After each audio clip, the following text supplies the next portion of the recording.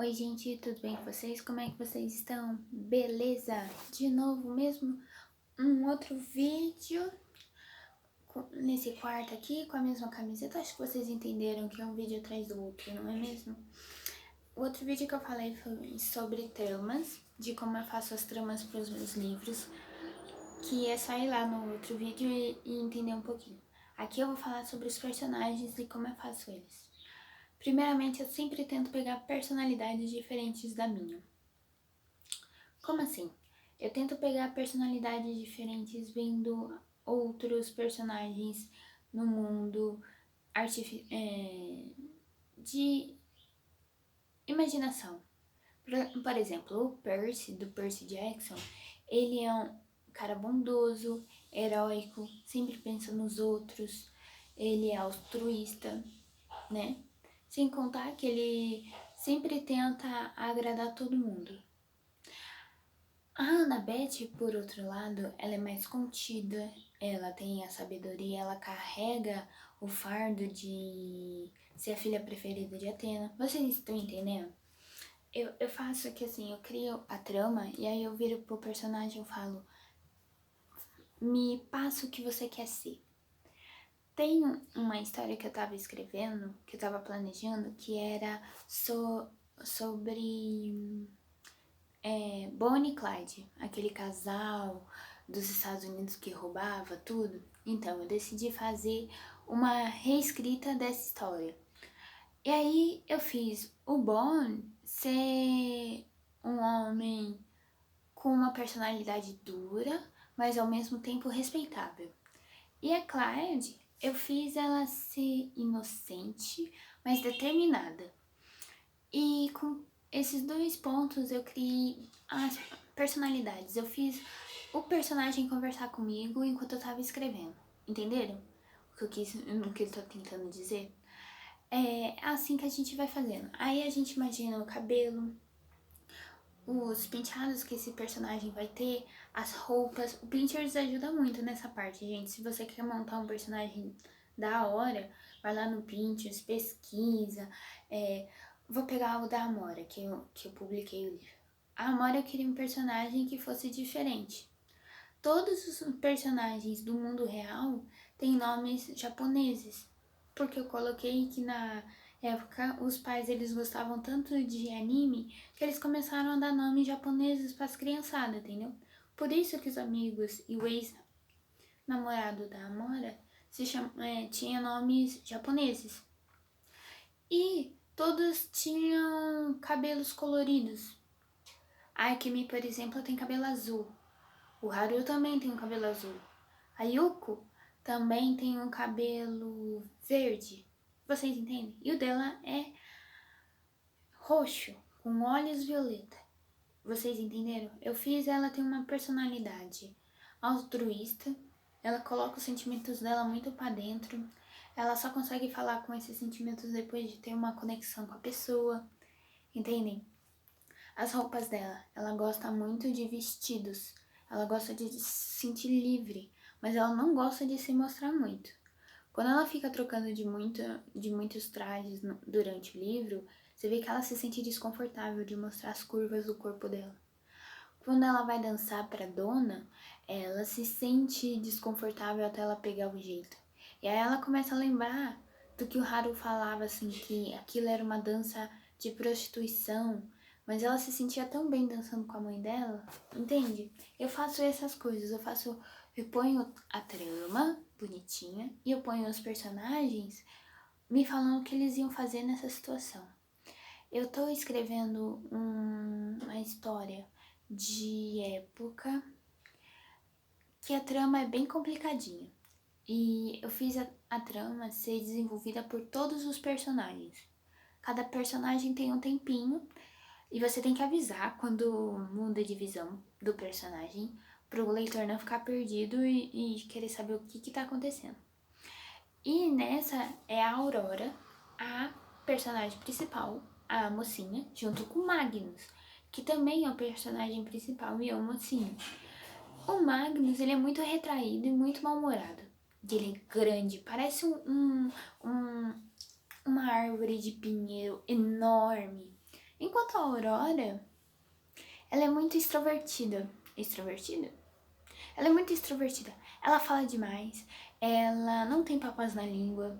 Ela tenta ser uma pessoa mais certa, porque eles estão numa época vitoriana. Mulheres não podem ser assim. Elas têm que ser assim. E ela tenta, mas quando ela tenta entrar nesse molde, o Magnus, que é o mocinho, ele vira e fala: eu gosto quando você é assim, eu não gosto quando você é assim. Porque assim, você é que nem as outras. Assim, você é especial. Então, tipo, eu tento criar um romance entre os dois, ser aquela coisa coesa, sabe?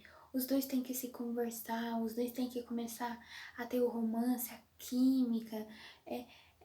As duas personalidades se batem bastante. Porque tem horas que ele quer que ela seja assim e tem horas que ele quer que ela seja assim. E aí ela vira e fala: eu não sou uma menininha pequena que quer ser dominada. Eu sou uma pessoa normal. Eu não sou uma boneca. Você está me tratando que nem os meus pais. E a parte do estopim dessa história que eu fiz foi que assim, ele gosta dela e quando ela chega numa idade aproximada uns 17 anos, ele tenta ficar com ela. Só que ela logo percebe que o romance deles é uma coisa que não é real. Porque ele estava procurando alguém para se casar. E ela estava solteira, ela tinha acabado de se apresentar para a sociedade. E ele. Os dois já se conheciam há muito tempo, né? Não vou falar tudo, porque eu ainda tô escrevendo e eu ainda não sei se vai ficar assim. E ele na festa do casamento da irmã, ele começa a fazer ela se apaixonar por ele. Ela já tinha uma paixão por ele, assim, era uma paixão infantil, mas era uma paixão. E ele, sabendo disso, ele aproveita pra fazer ela ser a esposa perfeita, né? E uma hora ela vira e fala: não, eu não vou ser a esposa perfeita, eu sou a Aurora. Você tem que me amar do jeito que eu amo você, sendo verdadeira, sabe? Eu não vou entrar num molde assim. Você sempre falou que eu tinha que ser assim, não assim. Por que agora essa troca, sabe? E ela fica tão revoltada que quando ele vai pedir ela em casamento, na frente de todo mundo, ela fala não. E ela foge. Ela volta pra Itália e fica 4 anos fora. E depois ela volta pro casamento da amiga dela, que é a Giovanna. E ela encontra com o Magnus depois de 4 anos. O Magnus nunca superou o não e também nunca se casou porque, querendo ou não, ele sempre amou ela, sabe? E ela sempre amou ele. E os dois, na parte final do livro, começam a de novo se aproximarem. E aí, finalmente, é a paquera dos dois. Não é uma paquera que, tipo, ambos forçaram lados. Os dois têm uma paquera muito diferente. Por exemplo, ela quando chega e conversa com ele, eu vou contar um pouquinho. Espero que vocês gostem dessa parte. Eu tô só tentando explicar. Ela quando chega na casa, ela encontra com ele e ele tá todo mal-humorado com aquela cara. Ele falava na mente dele: eu vou ficar sério, eu não vou cair nos encantos dela. Ela olha pra ele, sorri assim, os encantos dela tomam ele fica todo mole, todo bobão, assim, sabe? Aí o que acontece? Ela chega nele, começa a falar que ela quer tentar de novo, que a vida é muito curta. E aí ele fala assim que pra tentar de novo alguém tem que mostrar o primeiro passo. E aí a corte dela começa com vestidos. Ela gosta muito de usar tons bem pastéis, tipo lavanda, sabe? Ela gosta de usar roxo e cinza, nesses tons pastéis. E aí ela usa uma cor que mostra ser bem-vindo para aproximações. Ele continua usando preto, o paletó dele preto, porque ele quer ver ela primeiro dando o primeiro passo para ele dar o outro passo. E os dois começam com aquela corte infantil, né? Ela rouba a comida dele de manhã, ele fica mal-humorado. Os dois vão pra vila junto comprarem fitas, comprarem coisas. Ele começa a brincar com ela, sabe? Aquela corte infantil e delicada. E ela começa a comentar um pouco sobre porque ela disse não da última vez. E ele ainda quer saber porque ela disse não, porque na cabeça dele ele tava fazendo tudo certo, entendeu? E no meio disso ela descobre que ele tem uma treta com um cunhado que ele gostava muito. E ela vai descobrindo os podres. A família dela sempre foi muito negligente com ela. O pai, a mãe e as irmãs. Quem cuidou muito dela foi o tio mais velho que tem o título e a Anne, que era a babá dela, a ama de leite, que acabou sendo a sua tia. Os dois acabaram se enroscando lá. E os dois também ajudam nisso. A mãe e o pai do Magnus ajudam também com isso. As irmãs do Magnus ajudam bastante no romance deles, assim, sabe? Então, tipo, é uma história que eu quero que todos vejam a delicadeza. Mas para eu ter essa delicadeza, eu tenho que criar personagens icônicos que todo mundo vai se lembrar. E eu não gosto de ficar repetindo os personagens. Eu sei que eu tenho um crush com homens misteriosos. Mas o Magnus, ele é primogênito. Ele é o único filho homem. Então, ele é um dominante. Numa época dominante.